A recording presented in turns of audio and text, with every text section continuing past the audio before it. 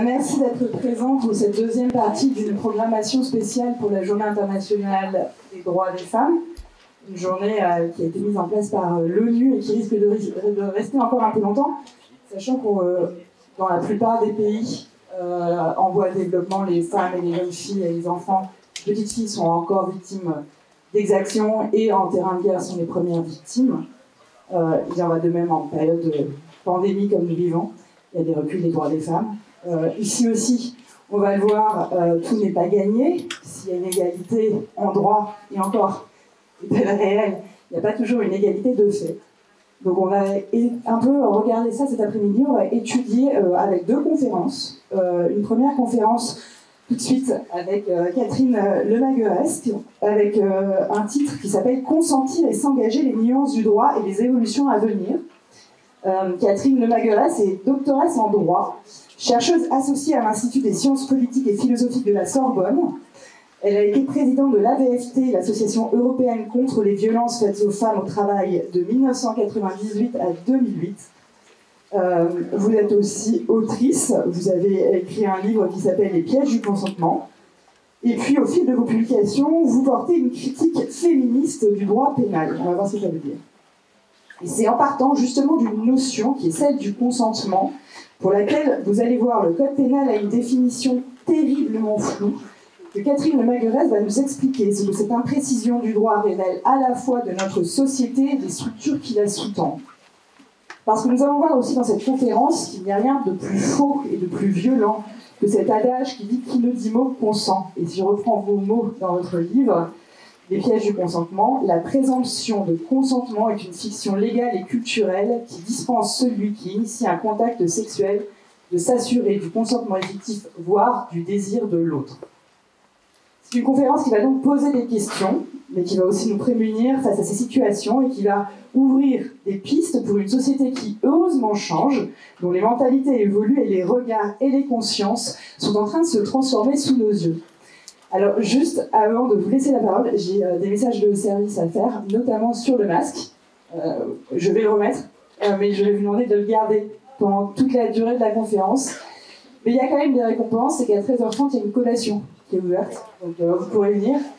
Avant de vous retrouver à 14h pour la deuxième table ronde, qui est une table ronde sur le sexisme en entreprise, qui existe encore aujourd'hui, et nous avons 4 invités qui viendront nous parler des changements qui se passe en entreprise, mais avant tout, nous allons parler du consentement et de ce qu'il recoupe. Merci beaucoup, Catherine Lemagueresque, d'être présente.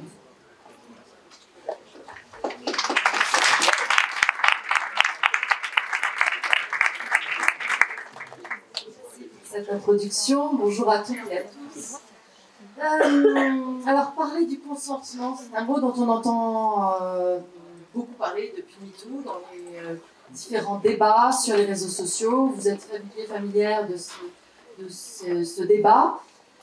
Aujourd'hui, vous avez vu, j'ai beaucoup rétréci le nom, c'est consentement sexuel. Sans oui, c'est non. Est-ce que tout le monde voit? Oui? Non. Peut-être que vous pouvez au bout. Alors, l'idée de cette conférence en 3 temps, pourquoi est-ce qu'on doit encore parler de consentement? Puisqu'après tout, les relations femmes-hommes, ça dure depuis des millénaires, on pourrait avoir réglé le problème depuis un certain temps. Pourquoi est-ce que ce n'est pas le cas? En deuxième temps, vous présentez le droit. Que nous dit le droit en matière de consentement? Et puis, en troisième temps, vous invitez à redéfinir le consentement sexuel, parce que je pense qu'effectivement, qu'on a du travail en matière juridique. Donc, pourquoi encore parler de consentement?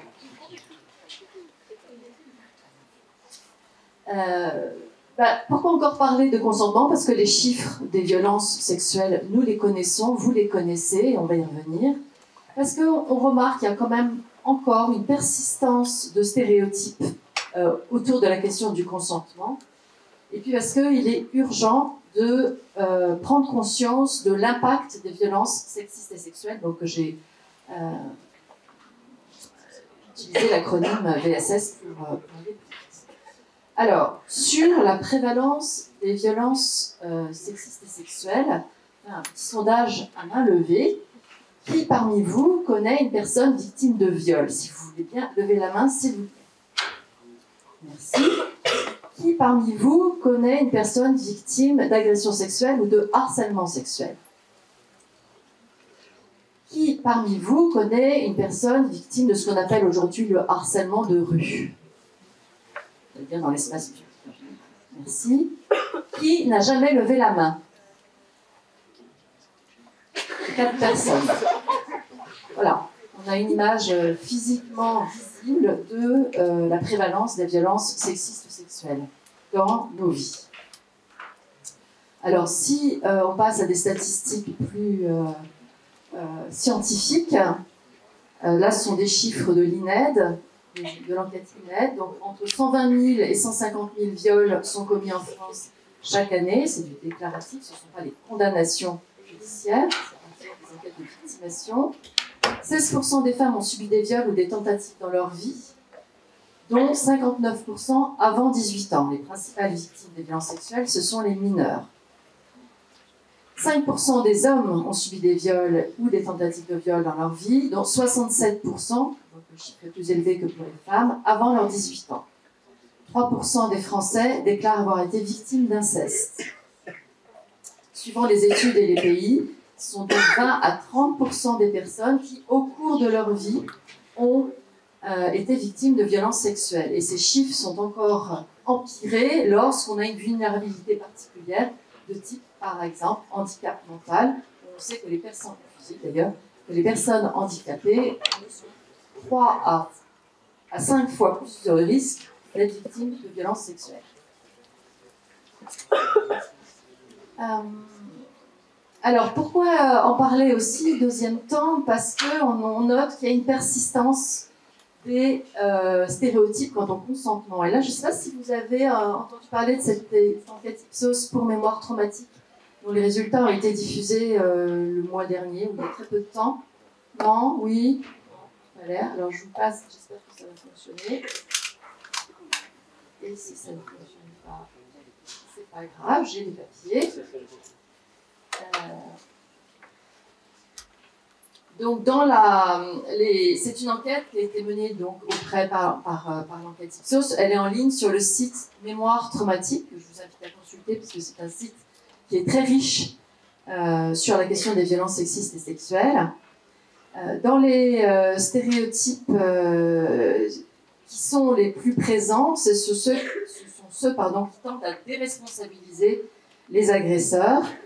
Par exemple, il y en a 1 sur 3 qui considère que si les femmes ont une attitude provocante en public, alors elles sont en partie responsables du viol.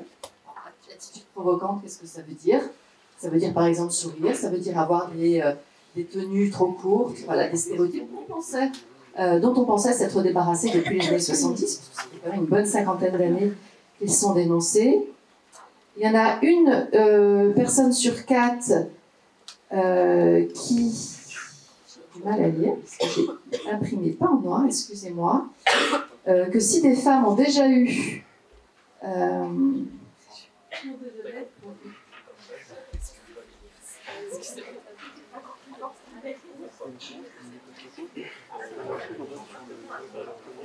Simplement à considérer que si les femmes ont déjà eu auparavant des relations sexuelles avec la personne qui les a violées, 26% ou ont pris de l'alcool ou de la drogue, 23% et même 33% au début de 24 ans, 46% d'hommes et 21% de femmes qui ont été responsabilisées de ce viol.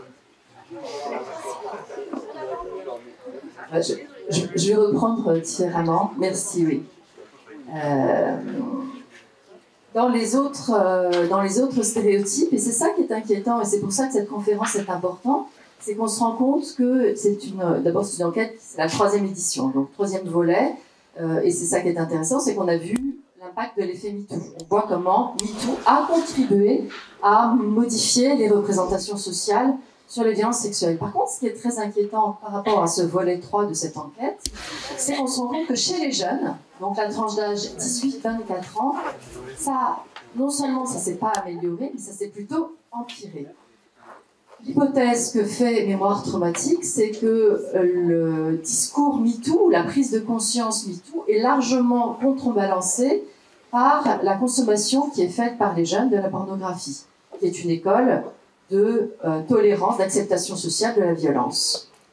Et dans les autres stéréotypes sur ce que c'est par exemple qu'un viol, on voit par exemple que forcer une personne à avoir un rapport sexuel alors qu'elle refuse et ne se laisse pas faire, pour 92% des personnes, c'est un viol. Ça paraît évident, forcer une personne, c'est un viol. C'est ce qui vient en général en premier quand on demande aux gens leur définition, aux personnes leur définition. Et pour les jeunes, c'est le cas que pour 80%. Ça veut dire qu'il y en a quand même 20% qui pensent que forcer une personne à avoir un rapport sexuel, ça n'est pas un viol. 20%, moi, ça me pose vraiment question. Je trouve ça super inquiétant. Pareil, même pourcentage, pour avoir un rapport sexuel avec une personne en état d'ébriété, droguée ou endormie, il y en a encore 20% qui pensent que ça n'est pas un viol.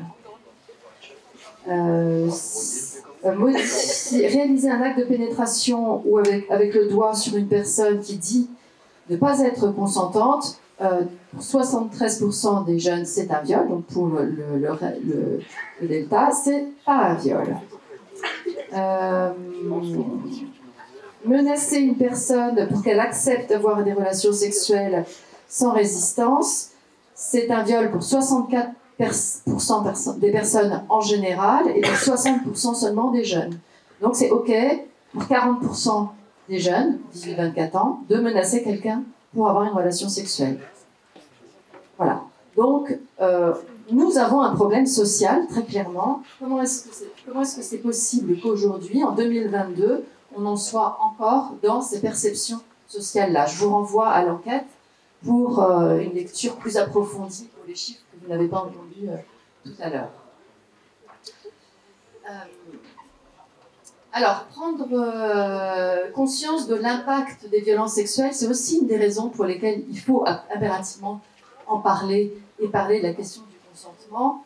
Les victimes ont à peu près toutes les mêmes mots pour décrire l'impact des violences sur leur vie.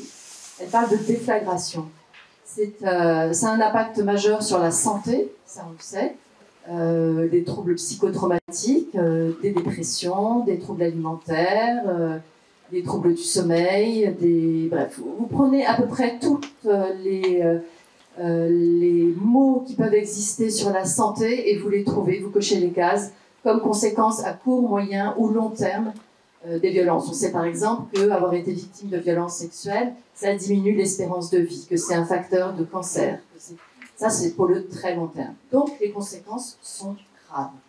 Ça, j'étais sur le plan de la santé, et ça a un impact dans toutes les sphères de la vie, c'est-à-dire que quand vous n'êtes pas bien, quand vous êtes dans un état dépressif, vous perdez vos amis, parce que maman, t'es pas drôle, faut que tu tournes la page, pense à autre chose. C'était il y a 1 an, 2 ans, 10 ans, 20 ans, et t'en es encore là. Les témoignages que reçoit la CIVIS, la Commission de lutte contre les violences faites aux enfants et sur l'inceste, qui actuellement auditionne des victimes, les membres de la CIVIS sont frappés par l'âge des victimes qui viennent témoigner. Ce sont des personnes de 70 ans, de 80 ans, qui expliquent que toute leur vie, elles ont vécu avec cette épée de Damoclès au-dessus d'elles, qu'elles n'ont pas vécu en fait. Ça atteint l'appétit de vivre. Alors elles ont une vie en parallèle, évidemment, elles ont pu être parents, elles ont eu un travail, mais elles disent tout le temps, toute ma vie, j'ai eu ça au-dessus de moi, en moi, et donc ça a abîmé ma vie. Dans les sphères de la vie, ça a évidemment des conséquences sur la sphère professionnelle aussi, parce que quand on va pas bien à la maison, en sachant que dans 90% des cas, la victime connaît l'agresseur. Autre stéréotype, les agressions sexuelles ne sont pas perpétrées par un inconnu dans la rue, etc. Dans 90% des cas, la victime connaît l'agresseur. Donc, c'est son compagnon, c'est son bon copain, c'est le voisin, c'est l'employeur éventuellement, ou le collègue de travail.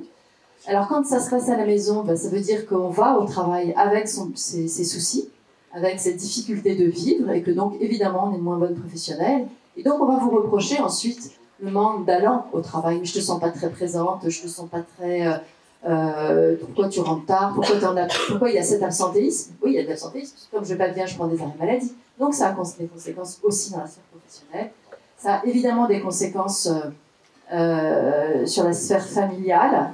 Maman, t'es absente en ce moment, tu t'occupes pas de nous. Une des victimes avec laquelle que j'avais accompagné, une de ses plus grandes culpabilités, c'était que pendant les années où elle avait été victime de violences sexuelles, alors elle sur le lieu de travail, elle avait été, dit-elle, une mauvaise mère et que son enfant avait redoublé. Et elle était convaincue que c'était à cause d'elle. Pour vous montrer précisément où se nichent les conséquences de ces violences, toutes les sphères de la vie, donc j'ai cité, la sphère professionnelle, familiale, amicale, sociale, d'une façon plus générale. Donc voilà les 3 raisons pour lesquelles il faut impérativement prendre conscience de l'impact des violences sexuelles et se poser la question, moi, en tant qu'individu, comment je me situe par rapport à ces sujets-là? Est-ce que j'ai des comportements qui ne sont jamais en risque de provoquer, d'être à l'origine de violences sexistes ou sexuelles?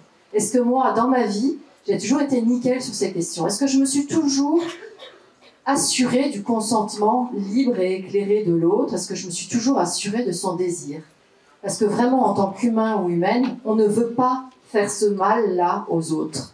Et ça, c'est notre responsabilité à chacun et à chacune, directement, parce que c'est nous qui initions des contacts sexuels, ou indirectement, quand on est témoin de comportements qui peuvent conduire, qui peuvent être qualifiables de violences sexistes ou sexuelles. Alors le droit. Le droit et le consentement. Alors, en matière de violence sexuelle, quand il y a consentement, il n'y a pas infraction, a priori, c'est ce qu'on se dit. Quand on demande aux personnes dans la rue qu'est-ce que c'est pour vous un viol, c'est quand on fait qu'on n'est pas d'accord. Quand on impose à l'autre quelque chose, une pénétration, une personne qui n'est pas d'accord, donc qui ne consent pas. Je vais revenir sur ce point. En droit, on dit normalement que le consentement de la victime est inefficace. Ça veut dire que c'est pas un problème. Et c'est ce qu'on retrouve, par exemple, en matière de bizutage, on va y revenir avec la définition, ou pour l'infraction de recours à la prostitution. Vous savez, moi je suis abolitionniste, je pense que la prostitution est une violence suprême contre les femmes, et contre les mineurs, et contre les hommes, contre l'humain, en gros, et c'est ce que nous dit la loi de 2016 aussi. Depuis 2016, que la personne prostituée soit consentante ou pas, qu'elle choisisse ou pas, je mets des guillemets sur le mot de choix, est inopérant. On n'a pas le droit d'accéder contre de l'argent à l'intimité de quelqu'un d'autre. C'est ce que nous dit la loi de 2016. Et donc, les clients sont poursuivis, sont pénalisables. Sur le bizutage, c'est une question qui m'est régulièrement posée quand je fais des interventions dans l'enseignement supérieur et la recherche. Les jeunes qui me demandent, oui, mais alors si on signe un papier comme quoi l'autre est d'accord pour être bizuté. Non, ça ne marche pas non plus. Là, le consentement est inefficace. Le texte du code pénal est très très clair. Le fait pour une personne d'amener autrui contre son gré ou non. Ça veut dire que même si on a l'accord de la personne, ça reste du bizutage, ça reste interdit. Pourquoi? Parce que si on acceptait ça, on accepterait toutes les situations où il y a des rapports d'inégalité et d'asservissement. Pourquoi est-ce qu'on a mis en place un code du travail? Parce qu'on s'est bien rendu compte que dans la relation de travail, il y avait une personne qui avait le pouvoir, l'employeur, et une personne qui était dans l'obligation de gagner sa vie pour pouvoir vivre, payer son loyer, se nourrir, etc. Et que donc, si on ne mettait pas des normes minimales, le risque était grand que le salarié soit obligé d'accepter des conditions de travail inacceptables. Donc on a posé un code du travail pour fixer un plancher en dessous duquel on ne peut pas déroger. Parce que, voilà, on prend en compte les relations de pouvoir. Là, dans le bizutage, il y a des relations de pouvoir, parce qu'on est nouveau dans une école, on a envie de s'intégrer, on a envie d'être respecté par ses pairs, et que c'est très désagréable d'être mis au banc d'un collectif social quand on intègre une école. Donc, prenant en compte ce différentiel, le législateur a jugé qu'il fallait prémunir, protéger la partie la plus faible dans cette conversation entre pairs autour du bizutage. Alors je sais que je reviendrai sur le rôle du consentement et son absence qui crée le crime. Je disais, a priori, viol, agression sexuelle. Alors est-ce que vous faites la différence entre le viol et l'agression sexuelle? Qui veut bien le dire à voix haute? Oui.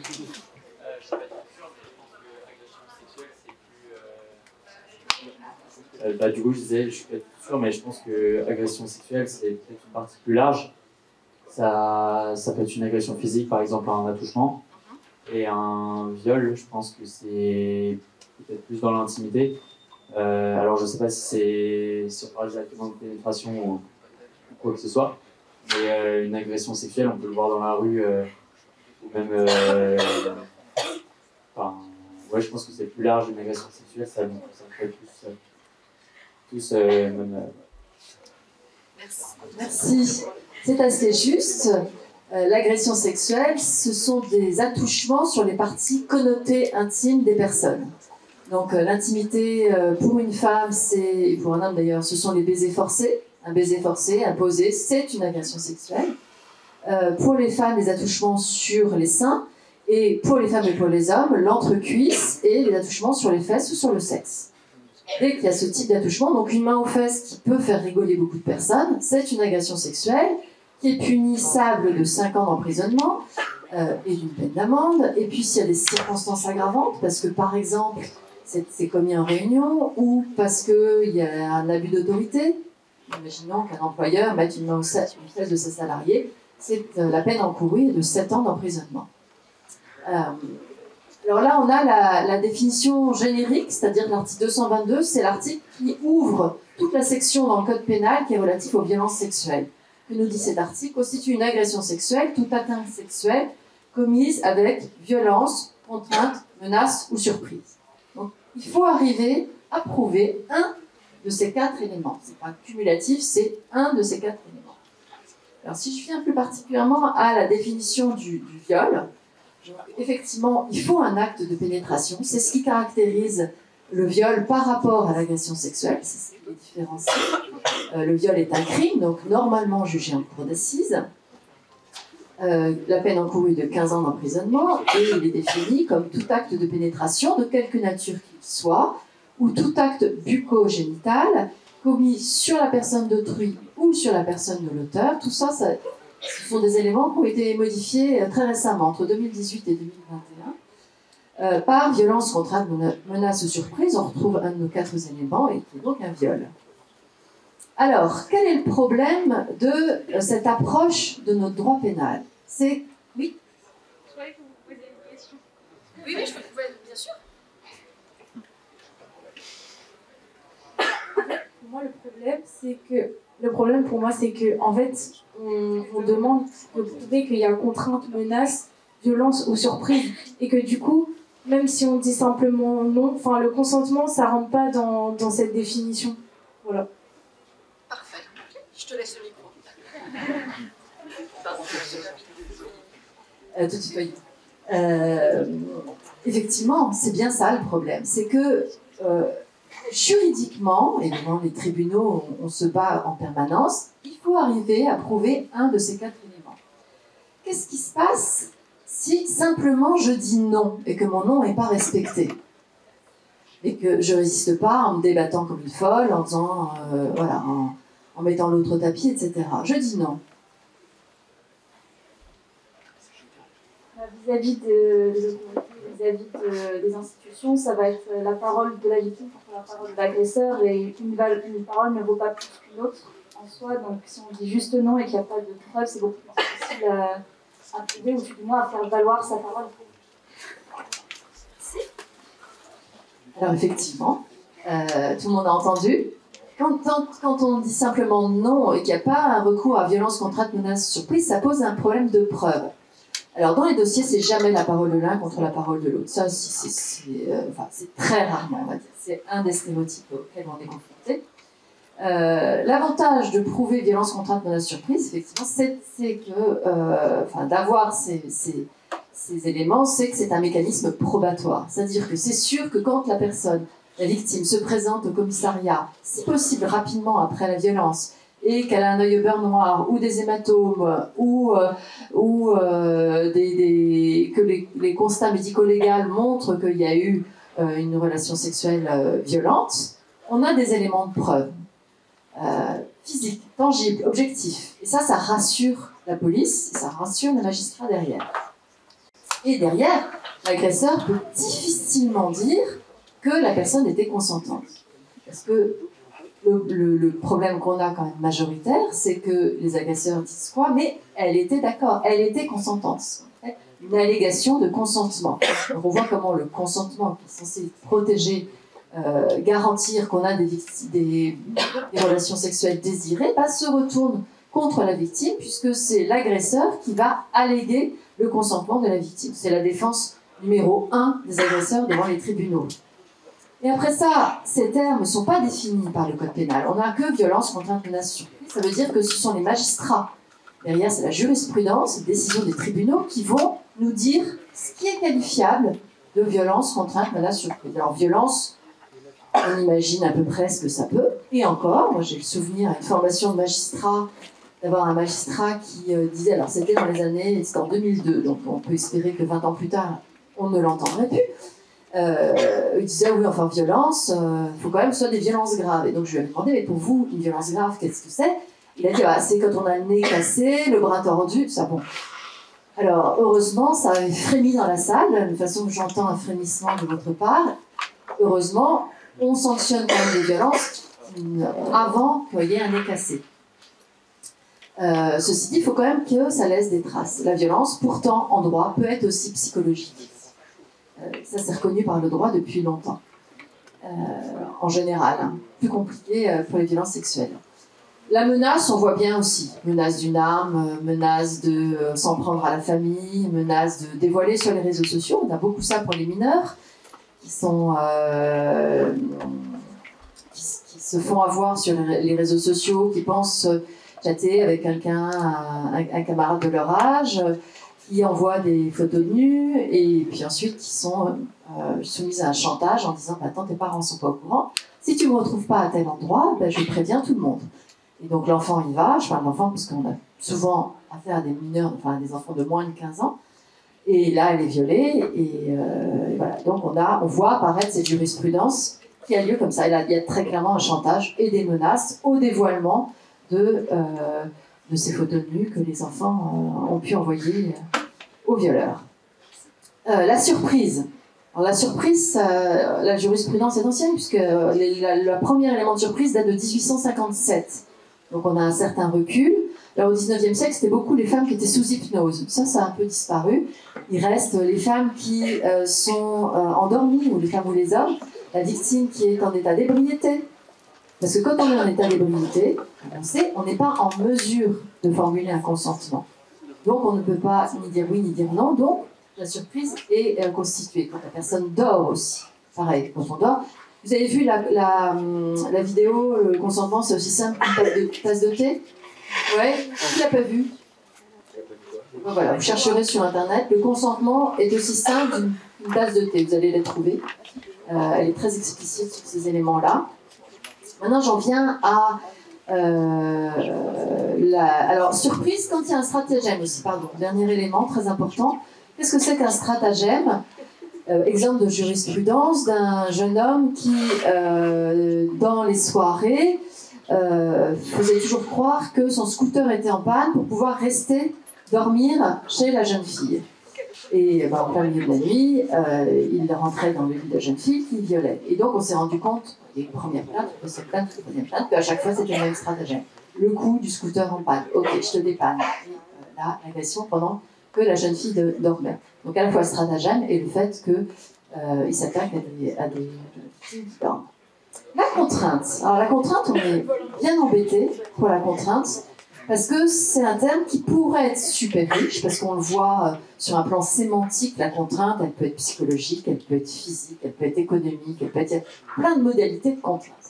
Mais là, la Cour de cassation, qui est notre Cour suprême, qui n'a qu'une, est à Paris, elle unifie toute la jurisprudence de différentes cours d'appel, refuse de considérer que, par exemple, la contrainte économique soit une contrainte. Or, et moi j'ai beaucoup accompagné de victimes de violences sur le lieu du travail, la contrainte économique est un moyen très efficace de s'assurer du silence des femmes et de les faire céder. Parce que quand on élève seul des enfants, on ne peut pas se permettre de perdre son travail, et que donc beaucoup de femmes sont contraintes de céder, et céder n'est pas consentir. C'est un article de Nicole Claude-Mathieu qui est très intéressant aussi, je vous invite à lire, que vous trouvez sur Internet. Céder n'est pas consentir, Nicole Claude-Mathieu. Et pourtant, la Cour de cassation donc, ne reconnaît pas que la contrainte économique puisse être un élément de contrainte. Alors, si c'est un chantage à l'emploi, par exemple, lors d'un entretien d'embauche, tu couches ou je te vire, là ça va, on rentrera dans le harcèlement sexuel, ça c'est réprimé. Mais si la relation sexuelle, l'acte de pénétration sexuelle a lieu, ce ne sera pas considéré, la même menace, la même contrainte, ne sera pas considérée comme un élément de contrainte économique. Et donc, pourquoi est-ce que ça pose problème? Ce que disait votre camarade, c'est que le refus pur et simple, même s'il est prouvé, ne suffit pas à constituer l'agression sexuelle ou le viol. Nous avons des dossiers, des procédures dans lesquelles l'agresseur reconnaît avoir entendu un non. C'est écrit. Mais il dit, mais j'ai pas cru qu'il était sérieux. Là, je vous cite un agresseur dans un procès verbal, et je cite y compris ses fautes de grammaire. Si elle aurait dit non, j'aurais arrêté, mais elle a seulement dit non. Comprendre. Pourquoi? Parce qu'on a toujours ce stéréotype que, et ça je vous renvoie à l'enquête Ipsos dont on a parlé tout à l'heure, qu'il y a des noms qui ne veulent pas vraiment dire des noms, qui veulent dire des oui. On le connaît, ce stéréotype-là. Il y a les vrais noms et les faux noms. Et ça, c'est une culture juridique qu'on a depuis très longtemps, puisque à l'Ancien Régime, donc avant la Révolution française, pour qu'une femme puisse déposer plainte pour viol, et là il n'y avait que les femmes qui pouvaient déposer plainte pour viol à l'époque, il fallait qu'elle ait crié de façon à être entendue à plus de 3 lieues. Il fallait qu'elle porte sur elle des traces de coups. Parce qu'une femme qui veut ne pas être violée, elle n'est pas violée. Voltaire nous le dit, Diderot nous le dit. Voilà, c'était cette idée qu'une femme ne peut pas être violée par un homme seul, parce qu'elle résiste. Et cette obligation de résistance, elle est encore inscrite dans nos logiciels sociaux. On pense encore, et je lisais tout à l'heure les chiffres, qu'il appartient à la victime de résister. Si elle ne résiste pas, c'est qu'elle est un peu d'accord quelque part, ou alors qu'elle l'a bien cherché. Et que donc, elle ne peut pas venir se plaindre après un viol. Passage, j'ouvre une parenthèse, parce que les femmes déposent plainte, ou les mineurs ou les enfants déposent plainte pour se venger, ou pour des raisons vénales, ou c'est-à-dire pour de l'argent. Je rappelle que les chiffres, et ça c'est internationalement, parce que tous les chiffres dans tous les pays se croisent, on est à moins de 10% de fausses allégations. Et on est plutôt en France à moins de 5% de fausses allégations, mineures, majeures compris. Donc ça veut dire que dans 95% des faits dénoncés, les faits sont justes. Alors, ça, ce qu'on arrive à les prouver, c'est une autre affaire.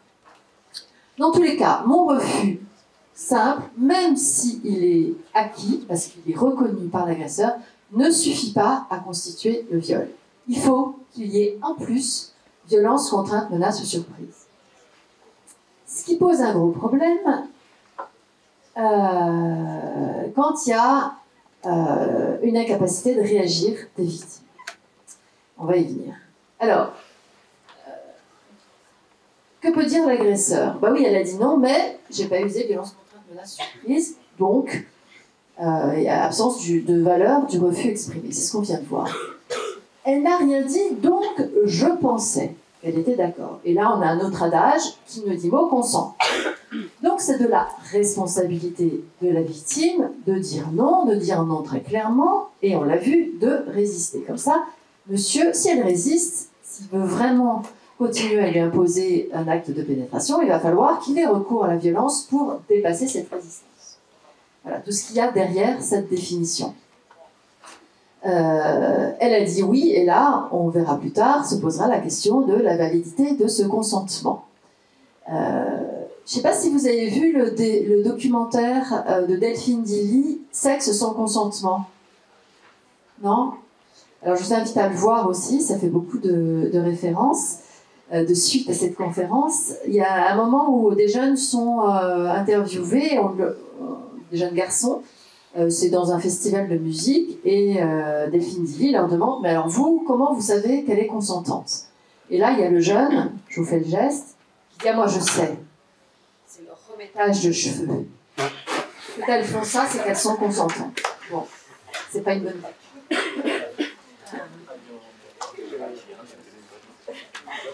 Alors, définir le consentement positif. Voilà, j'espère que vous avez été convaincus des critiques que l'on peut faire au code pénal. Si j'ai intitulé mon livre Les pièges du consentement, c'est qu'on se rend compte, je me suis rendu compte, en me coltinant tout le temps dans les dossiers, l'allégation de consentement des victimes, que le consentement, tel qu'il est pris en compte aujourd'hui par notre droit pénal en matière de violence sexuelle, se retourne contre les victimes. En fait, le consentement, c'est une notion qui nous vient de la philosophie politique libérale. Donc Locke, Smith, toutes ces personnes-là qui ont pensé le contrat social. Comment est-ce qu'en tant que citoyen, on s'associe pour créer, pour faire société, comme on dit très vite. À l'époque, les femmes n'avaient aucun droit. Elles étaient sous la coupe de leur mari pour celles qui étaient mariées. Et donc, les penseurs du contrat social, Rousseau compris, se sont bien dit, ah, ça pose problème quand même le fait que les femmes qui ne sont pas citoyennes ne peuvent pas prendre parti à ce contrat social. Alors ils ont réglé le problème en disant, bah, qui ne dit mot consent justement? On va considérer que tacitement elles consentent. Et dans ce tacitement elles consentent, ça veut dire que par défaut on est consentante. Ce que j'appelle la présomption de consentement, qui est en fait au revers de notre définition du droit pénal. Et ça, c'est indépendamment des rapports de pouvoir. Et vous avez une professeure de droit à la Sorbonne, Muriel Fabomagnan, qui a fait un très beau livre, L'Institution de la liberté, où elle montre comment cette évocation, cet appui, cette référence à la liberté se retourne contre les plus faibles et les plus vulnérables dans nos sociétés. Donc, comment passer à une définition positive du consentement? On entend souvent, oh là là, mais ce que vous proposez sur la définition positive du consentement, quand même, c'est compliqué. Il y a des zones grises, il y a des zones d'ombre, hein, des zones grises. Ça, on en a beaucoup entendu parler ces dernières années. Il y aurait des éléments ambigus, on ne sait pas très bien comment se positionner, etc. Alors, vert, orange, rouge, on a à peu près ces codes couleurs, on voit, hein. On a à peu près tous et toutes le code de la route, ok. Vert, c'est quand on est dans des relations où il y a un désir partagé, les deux ont le même désir, réciproque, où on fait attention à l'autre, c'est-à-dire qu'on s'assure que véritablement on est sur la même longueur d'onde et qu'on partage le même désir de construire une relation intime ou d'avoir une relation intime. Et donc on est en relation avec l'autre. Relation, réciprocité, prise en compte du désir de l'autre. On peut y aller, chouette, c'est joyeux. Orange, attention, on a la perception que l'autre n'est peut-être pas complètement présente. Dans le documentaire de Delphine Dilly, là ce sont les victimes qui parlaient, il y a une jeune femme que je trouve très touchante, elle dit « Je ne comprends même pas qu'il ait continué, je faisais la pieuvre ». J'avais jamais entendu cette expression, j'étais dans le lit, je faisais la pieuvre, j'étais inerte. Et il a continué. Comment est-ce qu'il a pu continuer? Donc il y a un malaise, il y a une ambiguïté, il y a des non-dits, où il y a un contexte d'inégales conditions. C'est sûr que si je suis prof et que je voudrais avoir une relation peut-être amoureuse d'ailleurs avec mon étudiante, ce serait plus normal que j'arrête de la noter ou de le noter avant d'engager une relation intime. Parce qu'il y a une inégalité de conditions qui fait que c'est d'abord une rupture d'égalité pour les autres élèves, et puis on ne sait jamais la part de liberté qu'on a de dire non. Parce que pouvoir dire non, ça implique évidemment pouvoir dire non sans risque, sans représailles derrière. Si je dis non, mais que derrière, par exemple, ma réputation va être complètement entachée, pardon.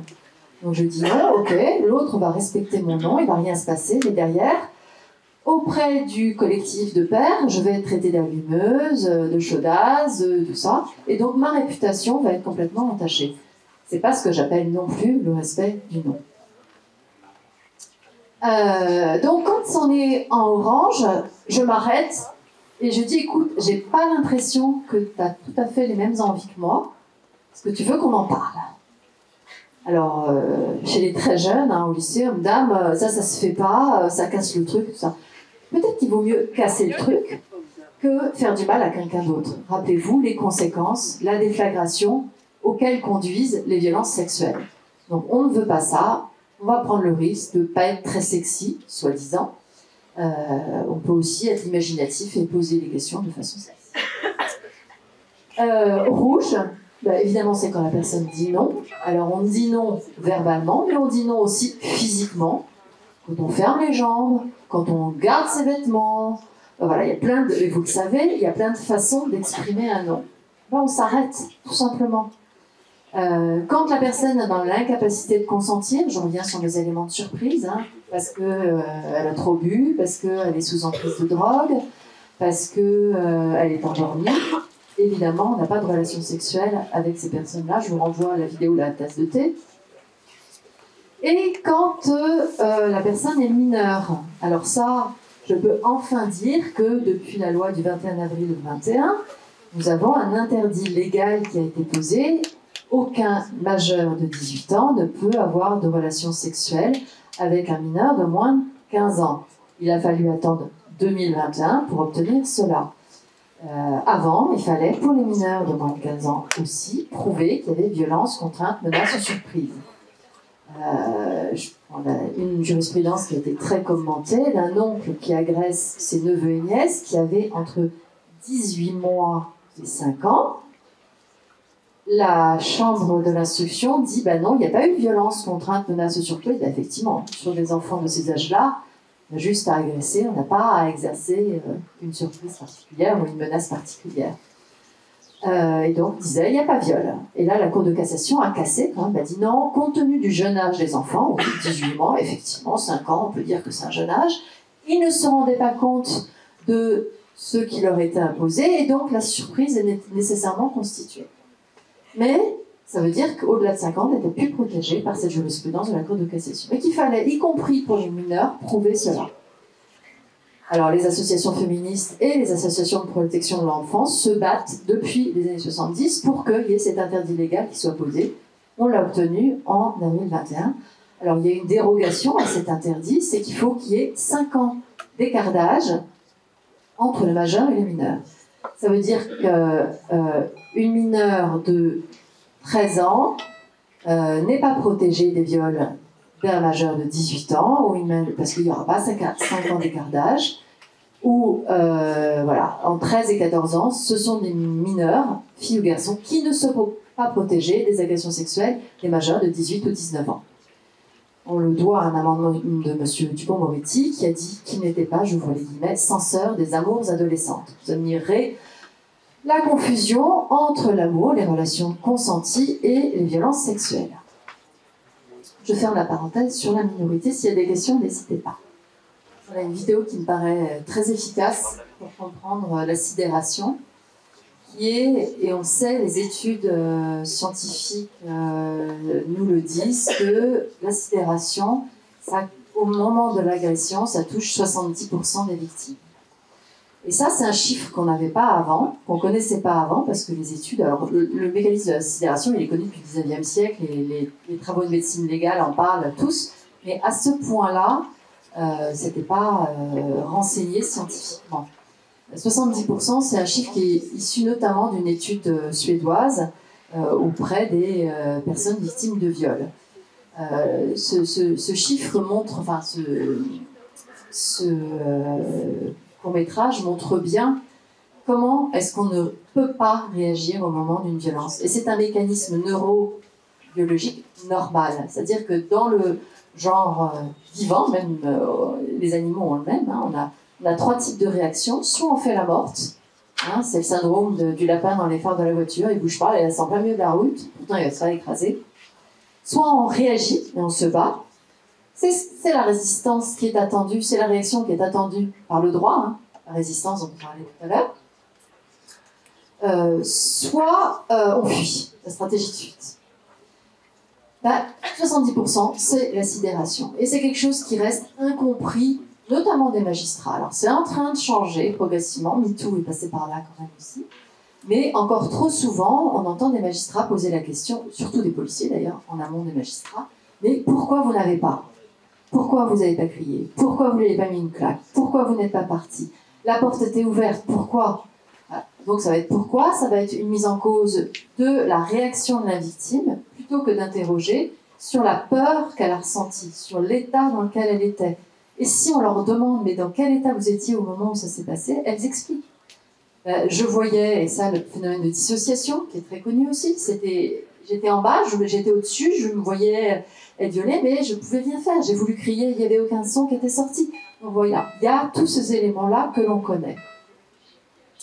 De sidération, qui sont très insuffisamment pris en compte par le droit aujourd'hui, et par les magistrats aujourd'hui. Alors, pourquoi est-ce qu'il faudrait changer notre définition du viol afin d'y inscrire, du viol et des agressions en général, les agressions sexuelles en général, afin d'y inscrire une définition positive du consentement? D'abord parce qu'on a l'obligation de le faire en droit international et européen. On est article 55 de notre Constitution. Les normes qu'on a régulièrement acceptées, signées, ratifiées ont une force supérieure à notre droit interne. Or, ces normes supérieures, que sont par exemple, je vais passer sur la jurisprudence du comité CEDEF parce que le temps tourne, mais la Convention d'Istanbul, la Convention sur la prévention et la lutte contre la violence à l'égard des femmes et la violence domestique, qu'on a ratifiée en 2014, donc qui est complètement valable dans notre droit interne et qui nous dit bien que le consentement doit être défini comme il doit être donné volontairement comme le résultat de la volonté libre de la personne considérée dans le contexte des circonstances environnantes. Il y a 2 fois volonté, hein, volontairement et volonté libre. Ça veut bien dire qu'il faut que ce consentement soit extériorisé et que, ce que je disais tout à l'heure, mon non n'a aucune incidence, aucun coût. Parce que sinon, on ne parle pas de volonté libre. Si je dis oui simplement par peur des représailles, c'est pas un oui, c'est un non. C'est céder, ne pas consentir. Donc on a l'obligation juridique de le faire. Alors qu'est-ce que ça veut dire un consentement libre, volontaire? On vient de le voir.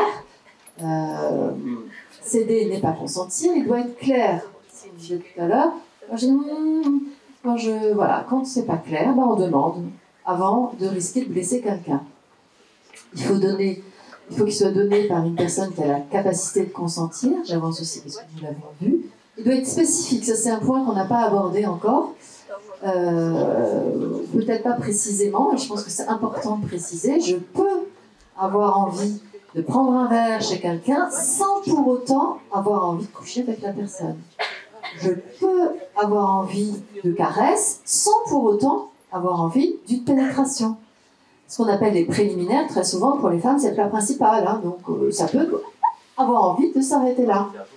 Il peut être révocable à n'importe quel moment de l'activité sexuelle. C'est frustrant, on peut mal le vivre, mais c'est aussi la condition du respect du non qui est évoqué, ou de l'absence de désir, ou de la disparition du désir. Et j'ajoute que pour les garçons aussi, on n'est pas obligé de se forcer, parce qu'il y a aussi des stéréotypes sur la virilité qui font qu'un homme à vrai, il a toujours envie, il est mu par ses pulsions, etc. Vous les connaissez, ces stéréotypes. Et ils sont tout autant préjudiciables pour les bonnes relations femmes-hommes que ceux qui s'exercent contre les femmes. Donc ça, ce sont les caractéristiques d'un consentement que l'on recherche. Alors, dans les obligations légales, on se rend compte que beaucoup de pays, le Canada, depuis 1992, donc on a quand même là aussi 30 ans de recul maintenant, a changé son code criminel de façon à intégrer une définition positive du consentement. dont d'ailleurs la Convention d'Istanbul s'est beaucoup inspirée, puisqu'elle est largement reprise à 80%. Beaucoup de pays anglo-saxons. Je passe à la Suède en 2018. C'est très intéressant parce que la Suède est comme nous un pays de droit écrit. Jusqu'à présent, en disant, mais le Canada, c'est normal, c'est des pays anglo-saxons, c'est un pays, c'est du droit jurisprudentiel. Puis les anglo-saxons, ils sont un peu bizarres sur ces questions-là, ils sont super prudents, super moralistes, super tout ça. Okay. Autre stéréotype, la Suède est une culture très proche de nous et une culture juridique très proche de nous. A changé ses définitions. Et là, on a un recul de 4 ans maintenant, et ça se passe beaucoup mieux. Les femmes déposent plainte bien davantage. Je rappelle que les chiffres de dépôt de plainte, c'est une femme sur 10, une victime sur 10 qui dépose plainte seulement pour violence sexuelle. Pourquoi est-ce que seule 1 sur 10 dépose plainte? Une des raisons, c'est qu'elles ne font pas confiance à la justice pour traiter correctement leurs plaintes. Et elles n'ont pas tort. C'est un autre sujet. L'Espagne est en train de modifier son code pénal. On est en plein débat parlementaire actuellement en Espagne. Les ressources. Je suis complètement dans les temps. Les ressources, permanence anonyme et gratuite du CFCV, Collectif Féministe contre le Viol, quelle que soit la forme de viol, majeur, mineur. Le 3919, ça c'est la plateforme générale qui vaut pour toutes les formes de violence et qui renvoie vers les associations plus spécialisées. Je pense par exemple à la VFT qui a été mentionnée en introduction sur les violences sexistes ou sexuelles sur le lieu du travail. Et puis vous avez la plateforme de signalement qui est sur le site du ministère de l'Intérieur. C'est un chat, et ça c'est très intéressant parce que ce sont des policiers et des gendarmes spécialement formés qui vous répondent par chat et qui vous orientent soit vers des associations, soit vers le policier ou gendarme compétent près de chez vous, et qui vous rassure sur le fait que ce que vous avez vécu est bien du droit, relève bien du droit, est bien qualifiable de violence sexuelle. Les retours des victimes sont excellents sur cet accueil à la plateforme de signalement. C'est suffisamment rare pour le souligner. Voilà, et puis si vous continuez à réfléchir, je fais de la pub pour mon bouquin. Je vous remercie de votre attention, et puis la parole est à vous pour un échange questions-réponses sur les points qui n'auraient pas été clairs ou sur les questions.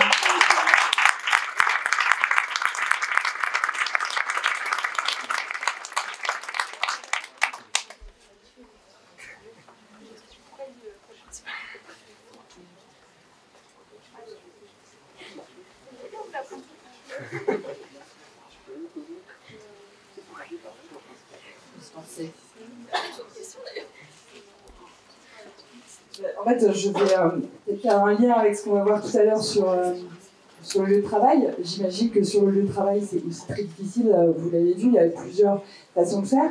Est-ce que vous qui formez beaucoup dans les écoles d'ingénieurs, dans les écoles de commerce, vous voyez des changements de mentalité? Désolée pour ceux qui ne sont pas dans les écoles d'ingénieurs, mais comme il y a quand même beaucoup moins de femmes que d'hommes dans les écoles d'ingénieurs, est-ce qu'il y a aussi des changements de mentalité dans ces écoles-là? On a eu beaucoup d'histoires, notamment Polytechnique, qui est sortie il n'y a pas très longtemps, il y a un an ou deux maintenant, sur des abus, sur des violences sexuelles. Est-ce que là aussi, dans ces secteurs qui sont très masculins, qui sont des secteurs qui sont moins facilement, on va dire, évoluent peut-être difficilement, est-ce que vous voyez des changements? Alors oui et non. Je pense que ce qu'on vit depuis 4 ans, donc je fais référence au mouvement MeToo, a permis d'abord aux victimes de recruter des alliés plus facilement. Avant, elles se sentaient seules, elles pensaient que leur parole était inaudible. Elles se sont rendues compte avec le mouvement social et en testant aussi sur les réseaux sociaux que ce qu'elles avaient vécu pouvait être qualifié de violence et qu'elles étaient en droit de les dénoncer. Et ça a changé certaines perceptions sociales parmi leurs pairs. Qui dit, attends, ça je l'ai déjà entendu quand même. Voilà, on connaît les chiffres maintenant. Vous avez levé la main, enfin vous vous rendez compte que sur votre groupe, il n'y en a que 4 qui n'ont jamais eu dans leur entourage de personnes victimes de violences. Donc ça veut dire que c'est massif autour de nous et qu'il est temps de nous outiller en tant que citoyens et citoyennes à accompagner des personnes victimes de violences. Donc ce qui a pu changer en positif, c'est le fait que les témoins indirects vont être plus solidaires. Les témoins directs aussi, on va entendre moins d'horreur, de type allez, c'est bon, pense à autre chose. Oui, ça va pas bien, c'est normal, mais quand même, allez, on sort. C'est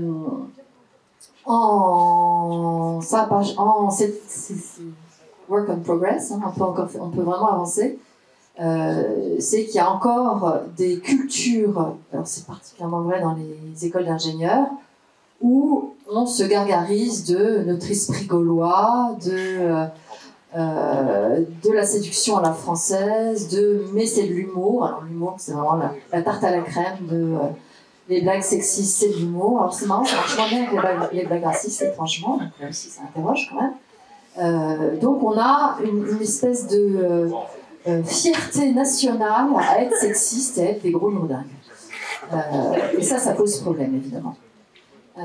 Parce que c'est le terreau des violences sexuelles. C'est ce qui, j'ai pas employé le terme encore de culture de viol, mais les violences sexuelles, elles naissent parce que on a cette acceptation sociale, ce terreau qui favorise les violences sexuelles.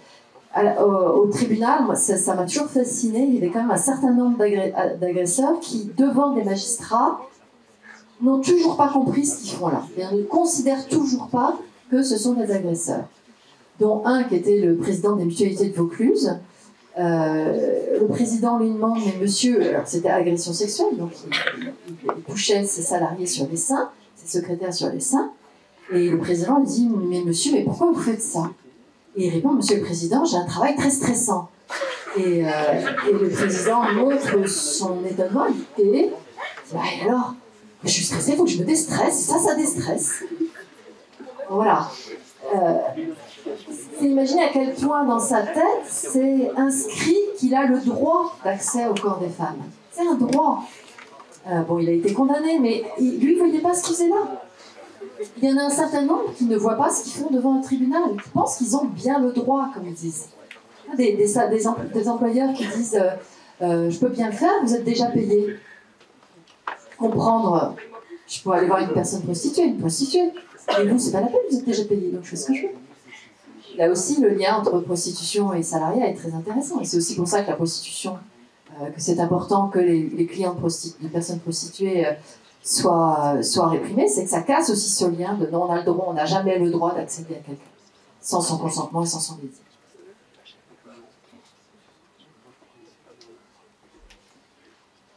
Je pense que c'est un cas un peu précis que je prends, mais dans ma tête, c'est pas tout clair. Tout à l'heure, vous avez parlé dans le cadre professionnel, si il y a par exemple on va dire une pression pas monétaire mais financière, comment ça se fait que, alors j'ai pas compris si dans la loi c'était pas bien réprimandé, mais pour moi alors je fais pas le lien non plus, mais en soi ça touche un peu au même domaine que la prostitution. C'est quand même un échange de services, mais sous une pression financière. Je ne vais pas prendre de cas particuliers, mais on l'a vu que même au gouvernement, il y a des gens qui pouvaient être impliqués. Comment ça se fait qu'au niveau de la législation, ce ne soit pas, on va dire, pris comme le même cas que la prostitution? Merci. Alors, pourquoi est-ce que ça ne serait pas considéré comme un viol, tout simplement? On parle de notre ministre de l'Intérieur, chef de la police, supérieur hiérarchique de la police, qui est quand même en bas de selle, qui a reconnu, ça c'est, je ne dévoile rien du dossier pénal, qui a reconnu avoir eu des relations sexuelles contre échange de services. Ce qui pourrait effectivement être relevé éventuellement du rapport constitutionnel, puisque dans la prostitution, il y a aussi ces contre-rémunérations ou échange d'avantages, etc. Ça pourrait aussi, alors ça, c'est pas dans le dossier pénal, même s'il y a une plainte qui a été déposée pour viol, effectivement, puisque c'est les deux femmes, l'une voulait une intervention pour un logement, donc elle est en situation de précarité. On pourrait considérer qu'il y avait bien contrainte, qu'elle venait pour une aide à obtenir un logement, et que lui a dit ok, mais si. Donc bon, je ne vais pas plus loin sur ce cas spécifique, mais sur le lien que vous faites avec la situation de la prostitution, il se trouve qu'il a été fait très récemment par une juge d'instruction, dans une affaire où une femme avait cédé pour conserver son travail, et donc c'était pour moi une contrainte économique complètement, et la juge d'instruction écrit noir sur blanc dans son ordonnance de non-lieu, c'est-à-dire l'équivalent d'un classement sans suite, je ne peux pas poursuivre pour ça, parce que sinon ça voudrait dire que tout le rapport constitutionnel rentrerait dans une comparaison avec la Constitution. Parce que ce serait des avantages contre... Et donc voilà, c'est bien pensé, dans tous les cas par cette magistrate, ça a été très clairement pensé, pour refuser que la contrainte économique puisse exister. Ça, je vois. Et pourtant, c'est complètement le cas, bien sûr. C'est-à-dire que cette femme n'a cédé que parce qu'elle était dans une situation de précarité économique telle qu'elle ne pouvait pas se permettre de perdre son boulot. Donc oui, là, on est dans du Zola, tous les romans du 19e siècle, tous les romans de Zola quasiment parlent de ce qu'on appelait le droit de cuissage à l'époque. Est-ce que ça veut dire du coup qu'aujourd'hui dans le droit, céder, ça veut dire être d'accord et que c'est pas un viol?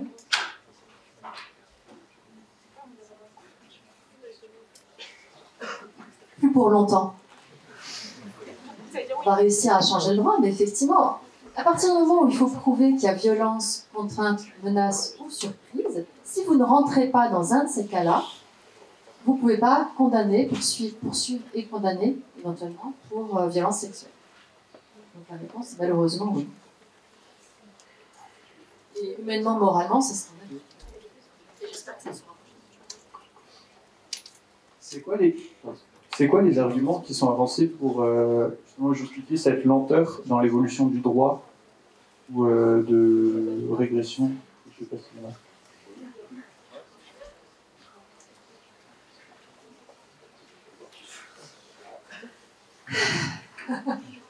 Grand soupir.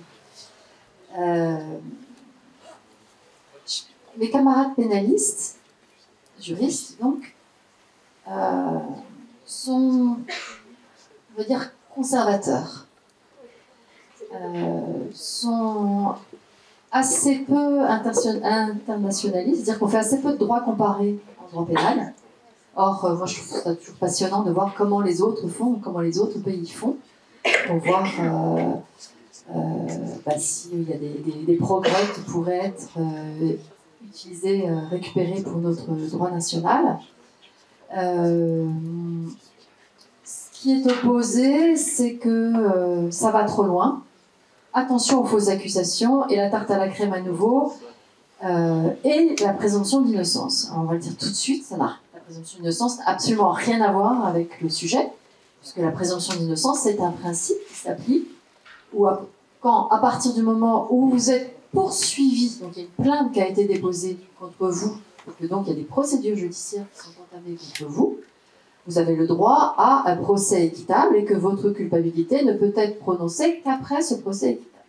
Donc changer la définition du consentement, ça n'est en rien atteindre à la présomption d'innocence qui s'appliquera, le principe s'appliquera toujours de la même façon. Pourtant, c'est un argument qui revient souvent. Vous allez les présumer coupables. Non, on ne présume pas coupables. On demande juste à s'assurer du consentement de l'autre. C'est quand même pas pareil. Et pourtant, ça revient dans quasiment tous les articles. Alors, c'est en train de bouger. Mais tout à l'heure, je parlais de l'Ancien Régime. En fait, il faut se rendre compte que notre droit pénal, sur ces questions-là, la grande loi sur le viol, elle date de décembre 1980. Et en décembre 1980, donc suite au procédé, etc., on a intégré tout le droit, toute la jurisprudence du 19e siècle. Donc déjà, on se dit 1980, bon, c'est pas si vieux, mais sauf qu'en 1980, ils n'ont pas refait un texte nouveau, ils ont intégré le droit du 19e siècle. Et depuis, on a empilé des mesures sur ce texte de 1980 dont on n'a jamais repensé la cohérence et les présupposés idéologiques qui sont à la base de ça. Donc voilà, moi, ce que je demande avec beaucoup d'autres associations qui travaillent aux côtés des personnes victimes de violences, c'est qu'on fasse table rase. En fait, ok, on est en 2022, on a des connaissances qu'on n'avait pas au 19e siècle, ou même il y a encore 20 ans, en psychotrauma. On a le droit international et européen qu'on doit intégrer. Donc, prenons un an et réunissons-nous, professionnels de la justice, de la police, du monde associatif, des juristes, pour voir comment on peut repenser un droit qui garantisse véritablement ce droit inaliénable au respect de l'intégrité, de son intégrité psychique et physique.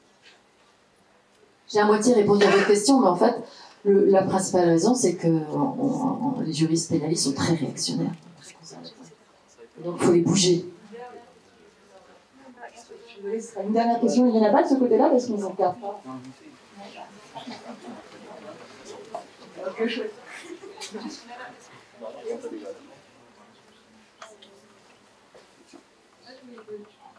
Alors moi, je voulais poser une question par rapport à la prostitution. Parce que en soi, c'est quand même un truc où on n'y pense pas trop, mais il y a quand même des viols. Et que déjà, c'est illégal, si je dis pas de bêtises. C'est complètement illégal, mais ça existe quand même. Comment est-ce qu'elles se protègent? Est-ce qu'il y a des trucs qui peuvent même défendre ces femmes qui sont quand même dans des trucs extrêmement instables et souvent avec des gens instables et elles peuvent pas vraiment en parler, elles sont un peu piégées, quoi. Et est-ce qu'il y a des trucs qui sont pris pour les protéger, quoi? Alors, se protéger, c'est sortir de la prostitution. C'est le plus simple. Il y a maintenant, la loi de 2016 a tout un volet préventif et accompagnement parcours de sortie de la prostitution, qui est insuffisamment financé, mais pour celles qui ont pu y avoir accès, porte ses fruits. C'est-à-dire que, globalement, si vous proposez une option de sortie aux personnes prostituées, elles sont très contentes d'en sortir, contrairement au discours dominant qui nous fait croire que les personnes prostituées choisissent ce métier. C'est faux, on ne choisit pas d'être prostituée. Quand on voit les parcours de vie de ces personnes, et je ne vais même pas dans la traite des personnes étrangères, etc., qui ont des papiers et qui doivent rembourser des sommes pharaoniques avant de pouvoir les récupérer.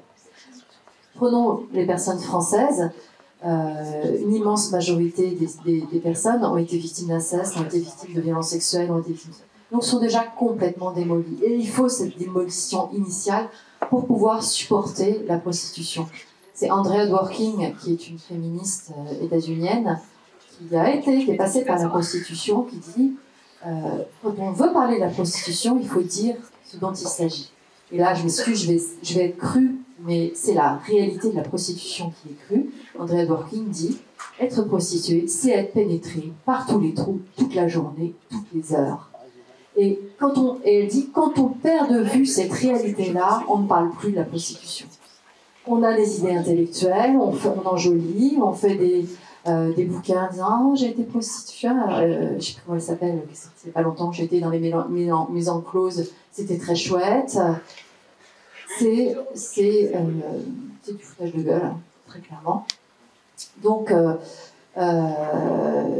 il faut lutter contre la prostitution, il faut être aux côtés des personnes prostituées pour les accompagner et sortir de la prostitution. Et évidemment, ça suppose de ne pas être pris. En premier lieu, c'est la meilleure façon de l'hésiter. Après ça, pour celles qui sont victimes de viol et de torture, parce qu'il y en a un certain nombre dans le cadre prostitutionnel, donc par des clients, un certain nombre déposent plainte. On a de la jurisprudence de violence, de viol condamné de clients. Le problème, c'est qu'il y en a beaucoup qui sont en situation étrangère, sans papier. Et pour elles, même si le droit les autorise, même quand on est sans papier, on peut aller déposer plainte, prostituée ou pas prostituée. On n'a pas à vous demander, on ne peut pas vous faire une reconduite à la frontière ou quoi que ce soit parce que vous n'avez pas de papier. Dans ce cadre-là, vous êtes protégé, le droit vous protège.